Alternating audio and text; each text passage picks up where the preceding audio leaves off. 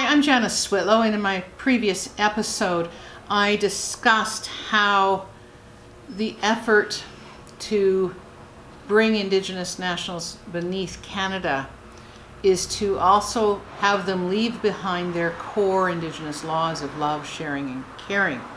And what I want to do is bring us back to the beginnings of Canada once again to compare how that started up and what its foundational activities were, and I submit continue to this day. So I'm referring to one of the volumes, Chronicles of Canada, and this is volume 30. This was published in 1916. We are apt to forget how recent a development the modern federal state is. Save for certain Latin American countries, nominally federal, the Dominion of Canada is the third oldest of such states. The United States and Switzerland alone are of longer standing. There were therefore few models before the framers of the Constitution of Canada to draw any example from. So this was a new exercise. This was not a plan that has proven to be effective elsewhere. And just how then did it start out? Well, Sir John Macdonald had been Prime Minister of the Department for 20 of its 24 years. In the next 5 years, the Conservative Party had 4 different leaders, and the Dominion 4 Prime Ministers. And all were soon required to deal with the revelations of rotten politics, which presently claimed the country's attention. It had long been believed that the Department of Public Works under Sir Hector Langevin was a source of widespread corruption. But it was not until Israel Tarte, a member of the House of Commons and a Blue of the Blues, and don't ask me what that means, made charges to the effect during the session of 1891 that the full measure of the evil was understood.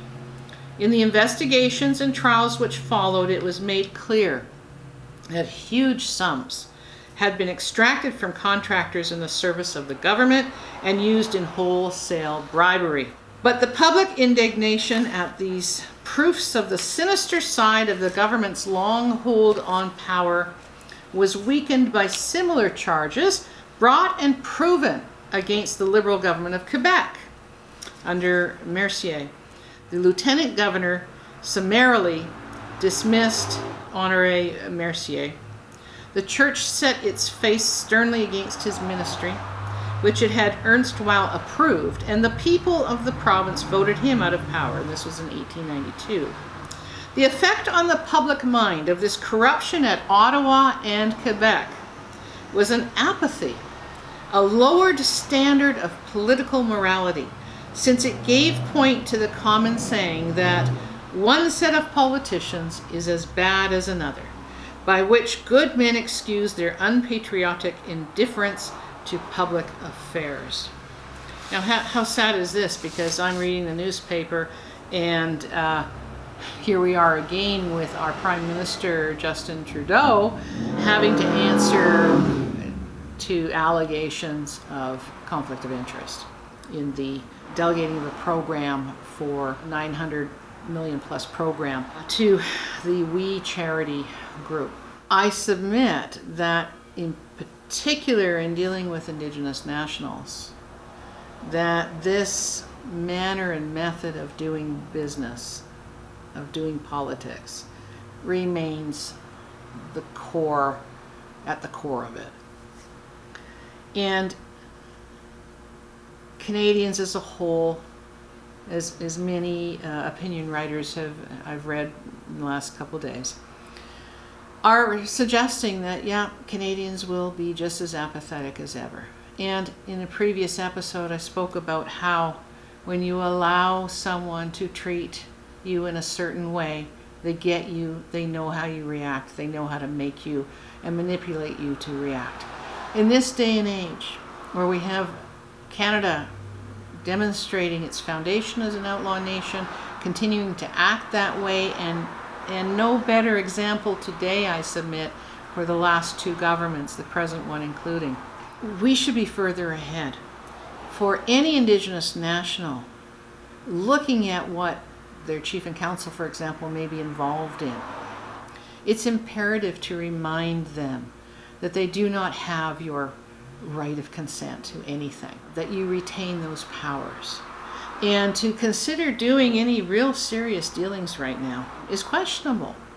Until such time as we see a vast improvement in addressing the systemic racism that exists, in addressing this continuing attempts to conquer and colonize and control, until Canada gets it into its head that there is a proper foundation and it will work, because we will have proper relations in place that will create absolute certainty, and industry and development will know exactly what needs to be done. It might take some time, but isn't that better than continuing to build upon a fraudulent base? Isn't it better than continuing to try to build a nation on a foundation of racism? We really need to start looking at these issues in a much bigger way than, thinking that, we'll get a few more protesters in the street. But the reality of it is that Indigenous nationals are going to be here for a very long time. They're not going anywhere soon. And if we are going to all live together, as courts are commonly say, well, you have to do something. And if you notice, most of those decisions are saying, look, you really should work this out. Well, because the courts know full well that most of the issues brought before it are not justiciable in those courts. They know that there's a capitulation taking place, and I have to believe that some of those jurists don't have a stomach for it anymore.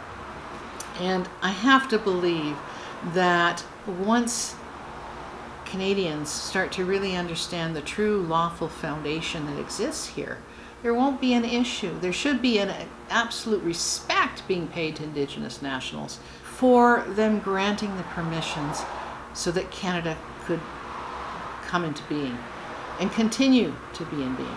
And that's all I have to say.